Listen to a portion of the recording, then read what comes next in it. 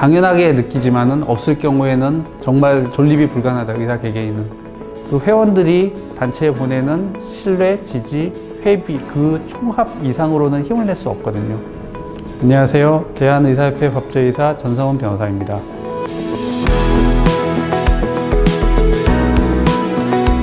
서울시 의사회 법제의사로 6년간 일했습니다. 그래서 그 이전에는 이제 변호사로서 의료소송들을 다루기는 했는데, 서울시 의사회에서 일하면서 의료 정책이랄까 전반적인 의료에 대해서 검토하고 일하게 되면서 좀 민망한 말씀이지만 의료에 조금 눈을 떴다고나 할까요? 그 서울시 의사회 법제의사 임기가 끝난 뒤에 협회 법제의사 제안이 왔을 때 주저없이 승낙해서 지금같이 일하게 됐습니다.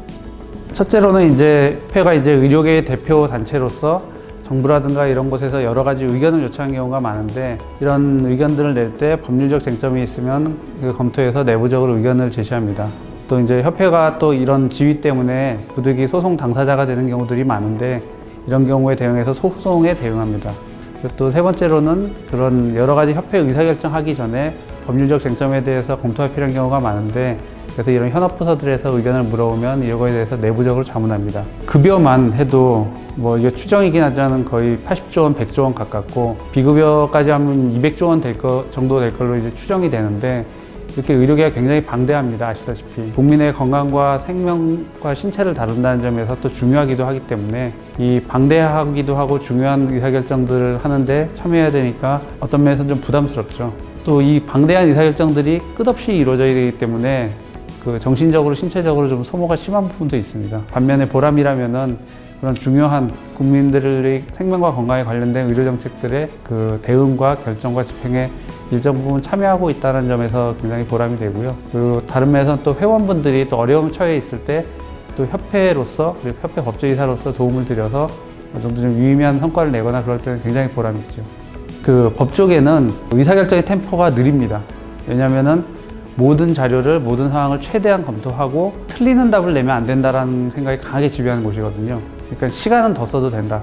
단 답이 틀리면 안 된다. 이게 굉장히 강하기 때문에 무슨 자료가 나오면 서로 보고 검토하고 4주 후에 다시 얘기합시다. 또 4주 후에 얘기합시다. 이런 경우가 많아서 시간이 부족하다는 생각은 비교적 덜하는 편인데, 그 반면 이제 의료계는 틀린 답을 내면 안 되는 점에서는 비슷할 수 있겠지만은, 의료계는 또 동시에 시간이 굉장히 중요하잖아요. 진료에도 타이밍이 있는 것처럼 아무리 맞는 진단과 치료를 해도 늦으면 소용없는 것처럼 타이밍이 중요하고, 그리고 굉장히 많은 현안이 한꺼번에 쏟아지기 때문에 맞는 답을 빨리 달라고 하실 때가 되게 많습니다. 처음에 왔을 때 약간 놀라기도 했고, 그래서 아니 이렇게 중요한 의사결정을 지금 당장 해달라고 막 약간 이래서 당황도 했는데, 지금은 어느 정도 좀 적응이 된 것 같습니다.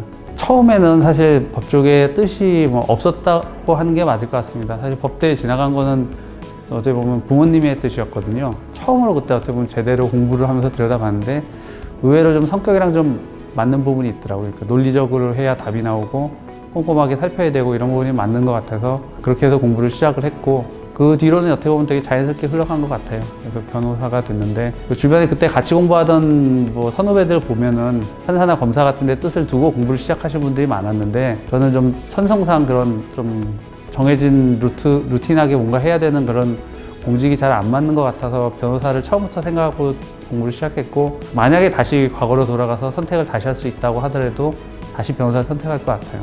이 사법고시라는 거는 물리적인 시간이 굉장히 많이 필요하거든요.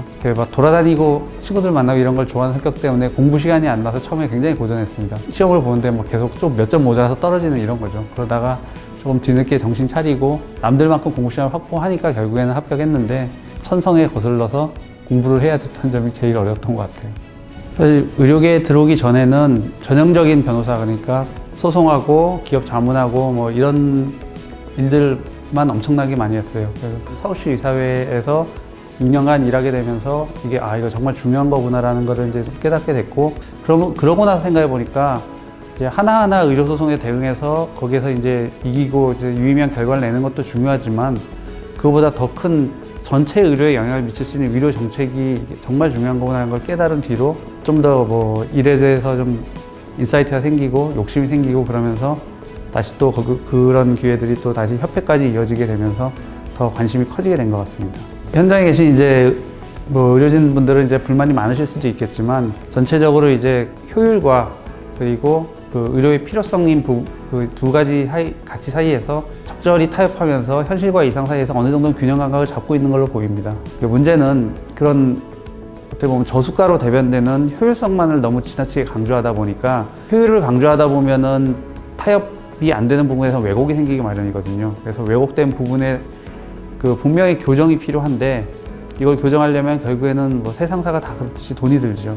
그리고 국민에게 부담으로 돌아간다라는 그런 정치적인 판단 때문에 너무 고민을 많이 하신 나머지 분명히 교정이 필요한 부분인데 무대응하거나 아니면 최소 대응만 하면서 그 상황을 방치하고 있는 부분들이 보입니다. 사실 이런 부분에 대해서는 정부한테 높은 점수를 줄 수가 없죠.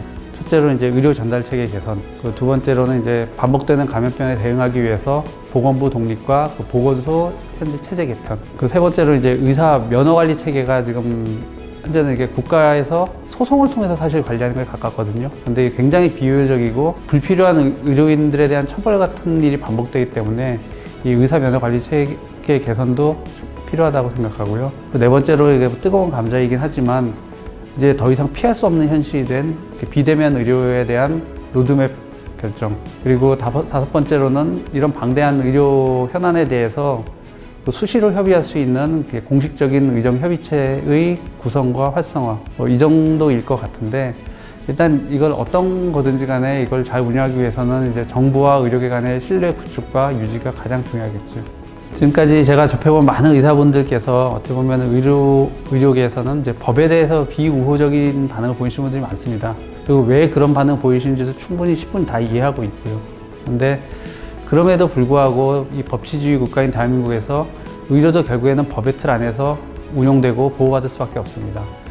가령 예를 들어서 지금 한참 문제가 되고 있는 간호단독법이 입법이 돼서 간호사들이 독립적인 의사결정을 하고 수행을 한다고 하면은 어떤 상황이 생길지 한번 생각해 보십시오. 좀 좋은 예로 만약에 한 달에 몇천 원, 몇만 원을 내고 그 책임보험에 가입하면 각종 그 의료 과실에 대한 민형사상 책임으로부터 자유로울 수 있는 가칭 의료분쟁 특례법이 제정돼서 편하게 진료보실 수 있다고 한번 생각을 해보십시오. 이런 것들이 전부 다 이게 법으로서만 가능한 것이기 때문에 대한민국에서 결국은 의료도 법을 통해서 보호받아야 됩니다. 이 점을 좀 그 의사분들에서 전향적으로 한번 생각해 주셨으면 좋겠습니다. 대한의사협회를 한마디로 말씀드리면 대한의사협회는 공기와 같다, 이렇게 말씀드리고 싶습니다. 공기는 너무나 당연한 건데 없으면은 생존이 불가능한 거잖아요. 그러니까 그 현재 의사협회가 없었다고 하면 의료 환경이 지금보다 아주 나빠졌을 것임은 확실합니다. 그런 면에서 존재 자체에 대해서는 고민을 안 하시겠지만 그 내용을, 활동 방향을 생각하실 때 있어서 불만이 있으셔도 조금은 이해를 해주셨으면 합니다. 회원들이 더 참여해 주시고 회비를 걷어주시고 하면은 그걸로 좋은 직원들 뽑고 더 열심히 일해서 분명히 성과가 돌아옵니다. 신뢰, 지지, 회비를 보내주셨으면 좋겠어요.